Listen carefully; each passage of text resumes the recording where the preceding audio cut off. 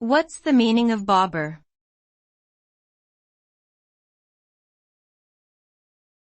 Bobber.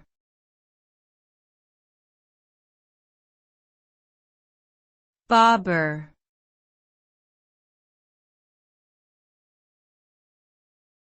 Bobber.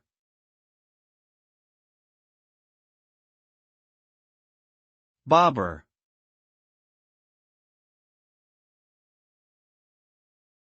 A bobber is a small, buoyant device that is attached to the end of a fishing line to help anglers detect when a fish takes the bait. The device's buoyancy causes it to bob up and down on the surface of the water, alerting the angler to a potential catch. Bobbers can be made from a variety of materials, including cork, foam, and plastic, and come in various shapes and sizes. In addition to being a practical tool for fishing, some people also enjoy collecting colorful or unique bobbers as a hobby.